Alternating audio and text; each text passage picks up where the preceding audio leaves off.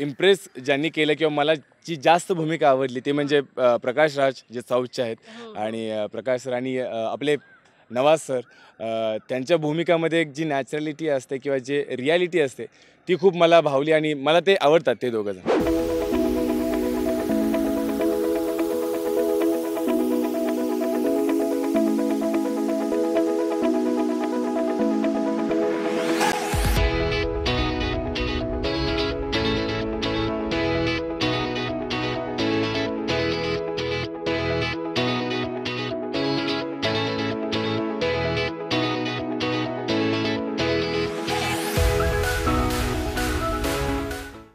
नमस्कार, मी प्रेरणा. तुम्ही पाहताय पीपिंग मून मराठी. मंडळी, आज माझ्यासोबत आहे एक खास व्यक्ती. आता तुम्हाला सांगूनच टाकते. ती व्यक्ती आहे बिग बॉस मराठी सीझन 3चा विजेता विशाल निकम. म्हणजे त्याला बिग बॉसमध्ये पाहिलं, त्याच्या आधी इतर मालिकांमध्येही पाहिलं. मात्र त्यानंतर तुमच्यासाठी तो सरप्राईज घेऊन आला आणि ते तुम्हाला आवडतंय. अर्थात मी बोलते त्याच्या मानसिंग या भूमिकेविषयी. स्वतः विशाल आहे आपल्यासोबत. विशाल, हाय, कसा आहेस तू? मी मस्त मस्त. तू कशी आहेस? सुपर. नमस्कार, मी विशाल निकम आणि परत एकदा प्रेरणा आपण भेटतोय बिग बॉसच्या नंतर. खूप भारी वाटते आणि तेही नवीन काहीतरी गोष्टी घेऊन आलोय. तर म्हणजे मानसिंग तुमच्या बरोबर आहे आता. सर, मानसिंगशी गप्पा मारू आपण. मला भीती वाटते म्हणजे म्हणजे मानसिंगची तुमची एंट्री पाहिली तुम्ही, बाप रे बाप. विशाल, तुला काय रिस्पॉन्स मिळाला? कारण ती एंट्री कमाल होती. Thank you so much. हे खरं तर टीम वर्क आहे आणि आमची कोठारे विजनची टीम खरंच खूप भारी आहे आणि टीम वर्क ज्यावेळी टीम एकजुटीने काम करते त्यावेळी रिझल्ट चांगलाच मिळतो. सो भारी चाललं आहे सगळं मानसिंगचं. म्हणजे तुम्हाला माहिती आहे मानसिंग म्हणजे आई मायेचं कवच ही आपली सिरियल रात्री 10 वाजता लागते कलर्स मराठीवरती आणि तेही सोमवार ते शनिवार. तर ते पाहायचं मेन महत्त्वाचं. तर यस, खूप मजा येते काम करताना आणि बिग बॉसच्या आधी म्हणजे मी बोललो होतो की तुमच्या सगळ्यांच्या प्रेमामुळे माझ्यावर आता खूप जबाबदारी वाढली आणि जबाबदारी यायची की आता तुम्हाला इथून पुढे अजून कसं चांगल्या पद्धतीने एंटरटेनमेंट करता येईल यासाठी. आणि यस, मानसिंग घेऊन आलो आहे मी तुमच्यासाठी तुम्हाला एंटरटेनमेंट करण्यासाठी. सो चांगला रिस्पॉन्स आहे. खूप लोक चांगला प्रतिसाद देत आहेत आणि मी कमेंट्स वाचतोय तर बऱ्यापैकी 99% कमेंट्स पॉझिटिव्ह आहेत की तू करतोय. आम्हाला माहिती आहे तू कसं आहेस आणि पण तू कॅरेक्टर खूप छान पद्धतीने निभावतोय. सो ते मोटिवेशन मिळते मला. पण मानसिंग हे कॅरेक्टर तुझ्याकडे बिग बॉसच्या आधी आलं, नंतर आलं, कधी आलं, केव्हा आलं ते? ऑब्व्हियसली बिग बॉसच्या नंतरच. कारण बिग बॉस नंतर माझ्या मीटिंग्स भरपूर चालू होत्या मूवीच्या या सगळ्या गोष्टी आणि काहीतरी लवकरात लवकर करायचं होतं मला खरं तर आतुरतेने. कारण 4 महिने झालेच बिग बॉस नंतर आणि सुरू काय होईना. मग ज्यावेळी मला कोठारे विजनमधून फोन आला की असं असं आहे, निगेटिव्ह आहे म्हणून शेड अशी. तर पहिल्यांदा मी थोडा एक पॉज घेतला की नाही यार, निगेटिव्ह नको करायला. आपण कसं काय निगेटिव्ह करू शकतो, म्हणजे नको आत्ताच नको करायला अशा पद्धतीने.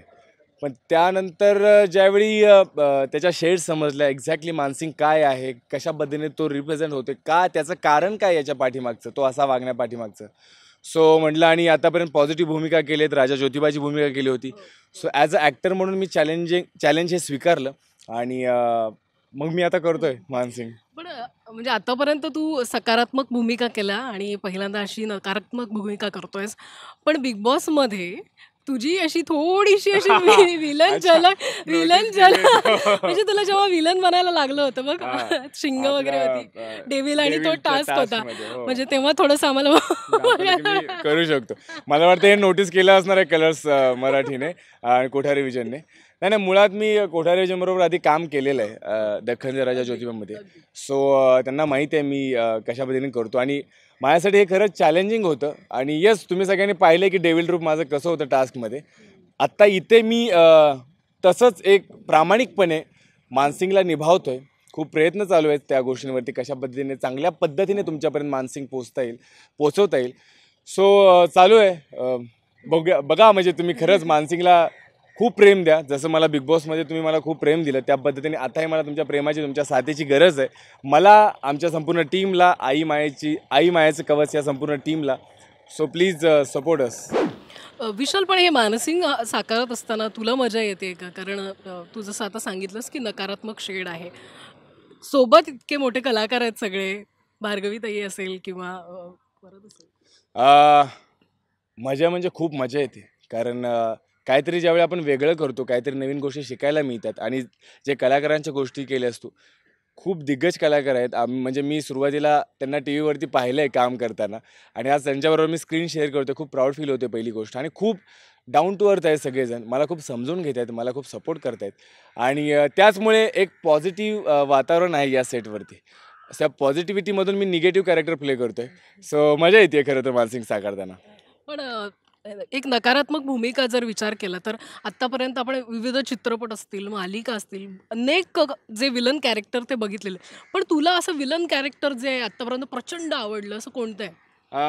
खरं तर मी बऱ्यापैकी बरेच हॉलिवूडचे फिल्म्स पाहिले म्हण किंवा साऊथच्या फिल्म्स पाहिल्या.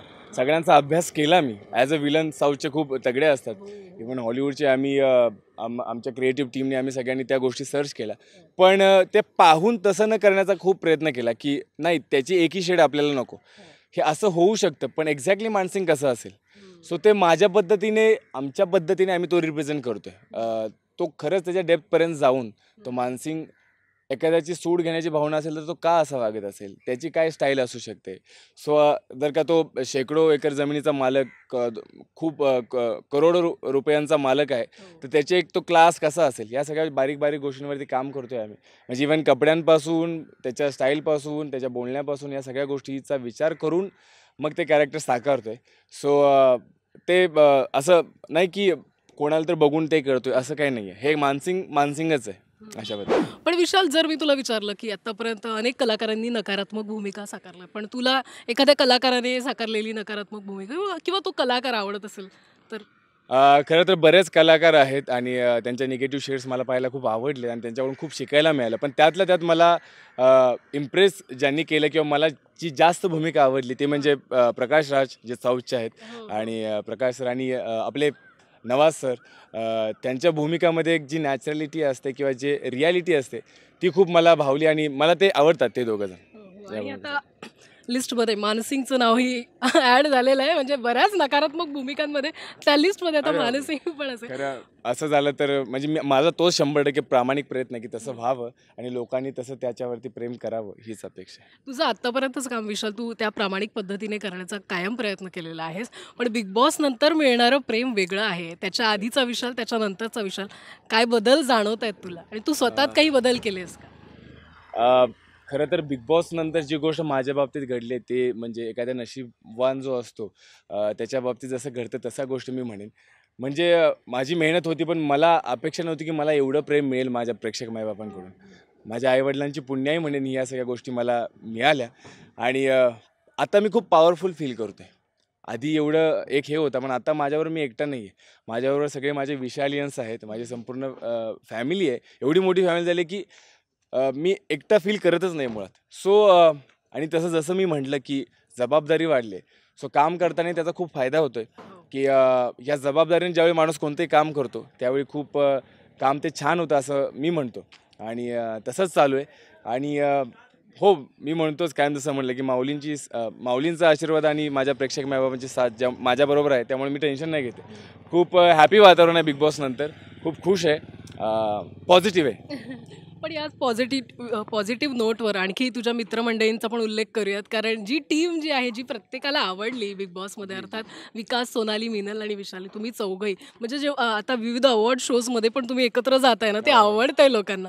तर त्यांच्या भेटीगाठी किंवा आता तू शूटिंगमध्ये बिझी झालायस, पण काय ड्राईव्हला वगैरे जाताय तुम्ही छान? म्हणजे तुम्हाला माहितीच आहे की मी बिग बॉसच्या घरात म्हणालच होतं की सगळ्यात जास्त मिस करेन तर विका माझा भाऊ. हो, हो. तर विकासला तर मला असेच काल प्रश्नही विचारला, विकास आणि तू एकत्र राहता का म्हणून, कारण आम्ही सारखं भेटतोय. कारण तो जवळच राहतो कांदिवलीमध्ये आणि मी गोरेगावला. सो बऱ्यापैकी आम्ही भेटत असतोय. आणि लास्ट टाइम आम्ही कलर्स अवॉर्ड शोलाच, जो आता येणार आहे 27 तारखेला, त्या अवॉर्ड शोला आम्ही संपूर्ण बिग बॉसची टीम भेटलो. हो. खूप भारी वाटलं. म्हणजे संपूर्ण आम्ही 17ही जण तिथे होतो आणि आम्ही एन्जॉय केला, पार्टी केली, वेळ स्पेंड केला. तर खूप भारी वाटलं आणि येस, प्रत्येकजण प्रत्येकाच्या कामात बिझी आहे, पण आम्ही कनेक्टेड आहोत. सो येस, आमची बिग बॉसची टीम कायम कनेक्टेड राहील. आणि पिपिंग मूनने होळी स्पेशल केलं होतं तेव्हा विशालला आम्ही खूप मिस केलं, पण नेक्स्ट टाइम नेक्स्ट टाइम अजून बरेच सण येणार आहेत, तर मला नक्कीच आवडेल तुमच्याबरोबर सेलिब्रेशन करायला. आणि हां, आता गुढीपाडवा येतो, तर मी पिपिंग मूनतर्फे सगळ्या पिपिंग मूनच्या फॅमिलीला आणि महाराष्ट्राच्या संपूर्ण जनतेला गुढीपाडव्याच्या खूप खूप शुभेच्छा देतो. आणि तुमचं हे नवीन वर्ष खूप भारी भन्नाट जावो, माऊलींचा तुमच्यावरती आशीर्वाद राहो आणि खुश राहा. आणि शेवटचा आणि महत्त्वाचा प्रश्न विशाल, म्हणजे अजूनही आहे लोकांना तो पडलेला आहे तुला. कशाला आता तो प्रश्न? कोणता प्रश्न तुला कसं कळलं? कारण तो प्रश्न विचारला जातोय मला, त्यातून तुम्हीच बाहेर काढण्यात झालाय मुळात.